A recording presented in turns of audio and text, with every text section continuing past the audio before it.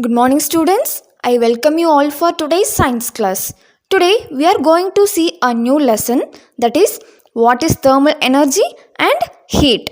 Here, we will discuss about what is heat, how it is transferred from one medium to another, and how the heat supports the life on Earth. Let's move on to the lesson. Okay, students, have you touched a warm cup of coffee or felt the warmth of sunshine on a cold winter morning? I think we all have experience in such cases.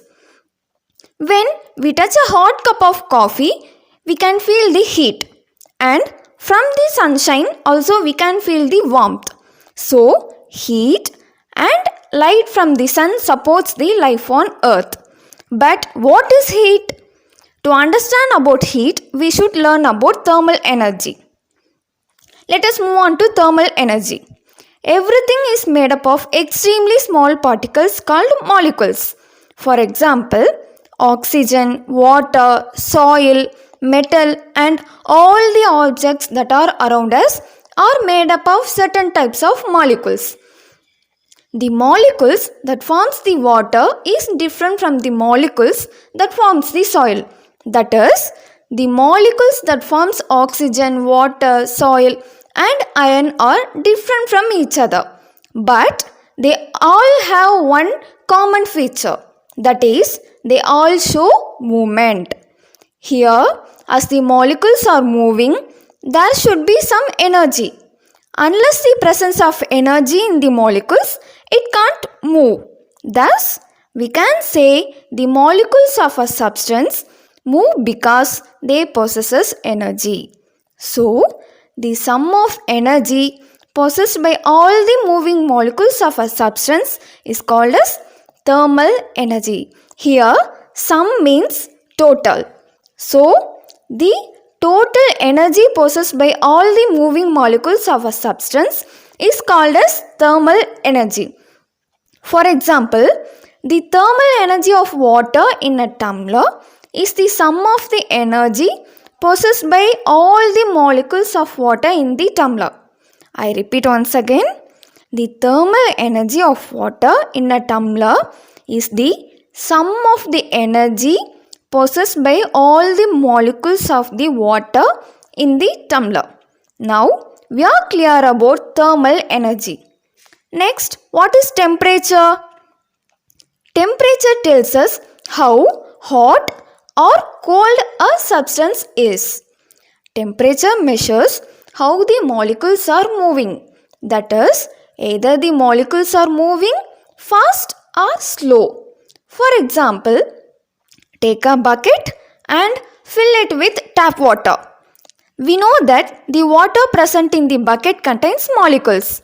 That molecules possesses some energy, and the sum of energy is called as thermal energy. And the water also have certain temperature in it. Now take a cup and fill it with water from the bucket. Compare the water in the bucket and in the cup. Both possesses the same temperature but different thermal energy. This is because the bucket has more water than the cup. If there is more amount of water means it contains more molecules. And if there is more molecule means the sum of energy is high. So we can say that temperature indicates the level of thermal energy. What? So we can say that temperature indicates the level of thermal energy. Temperature can be measured using a device called thermometer. What is that? The temperature can be measured using a device called thermometer. Now we come back to heat. What is heat? Heat is the thermal energy that flows. How the thermal energy flows? Heat transfers from a region of higher temperature to a region of lower temperature. Be clear, students. Heat transfers from a region of higher temperature to a region of lower temperature. For example, water always flows from higher level to lower level, right? Like that, heat always transfers from a region of higher temperature to the lower temperature. The flow of thermal energy will be continued until the temperature of both the objects become equal. Be clear, the flow of thermal energy will be continued until the temperature of both the objects become equal. The SI unit for measuring heat is joule. The symbol of joule is J. SI is nothing but standard international unit. So, the standard international unit for measuring heat is joule and the symbol of joule is J. Now, how the heat is transferred? How the heat is transferred from one object to the another object?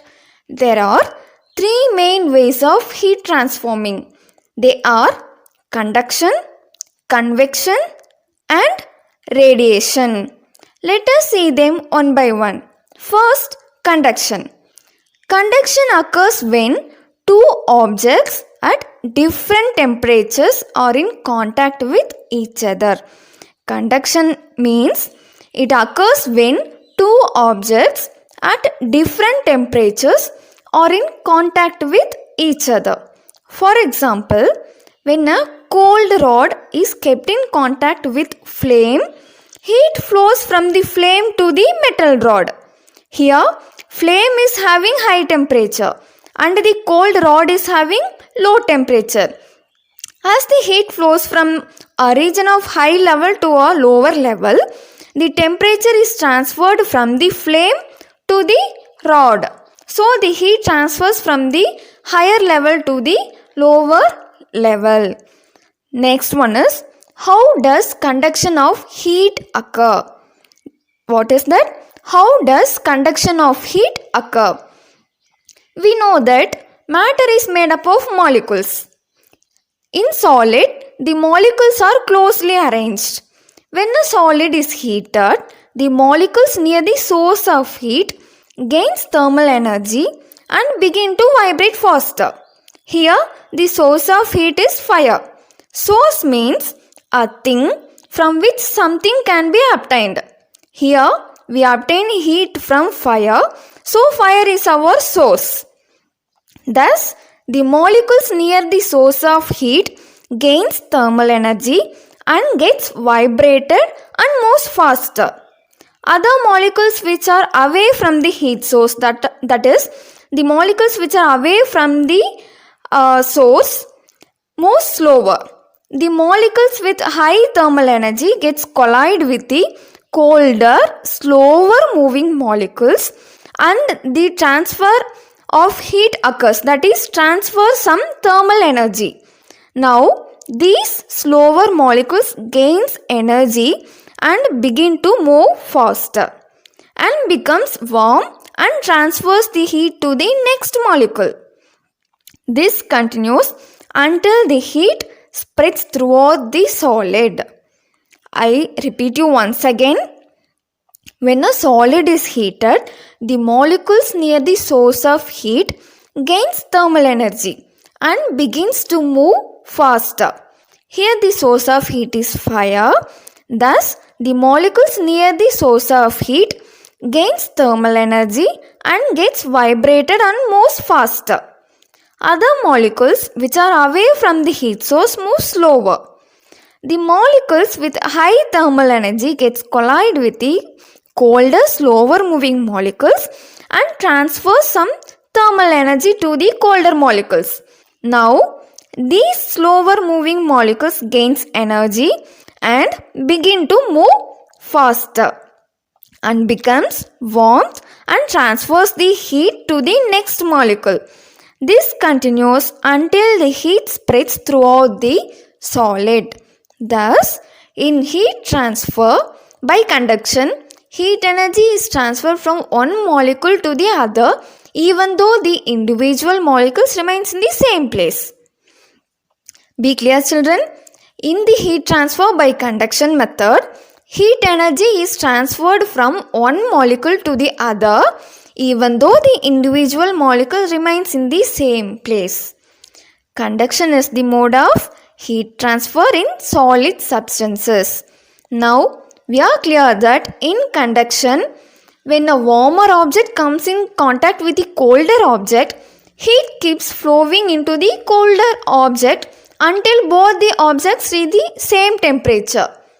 Now, are you clear about the conduction process, children? So, today we have discussed about thermal energy, temperature, heat, and one of the ways of heat transferring, that is conduction. Let us recall them. Thermal energy is the sum of energy possessed by all the moving molecules of a substance. Next one is temperature. Temperature tells how hot or cold a substance is.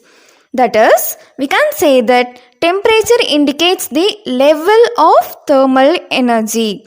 Temperature can be measured using a device called thermometer. Next one is heat. Heat is the thermal energy that flows, and heat transfers from a region of higher temperature to a region of lower temperature. And the SI unit for measuring heat is joule, and the symbol of joule is J. SI unit means Standard International Unit. Next one is conduction. Conduction occurs when two objects at different temperatures are in contact with each other. For that we have seen the rod and flame example.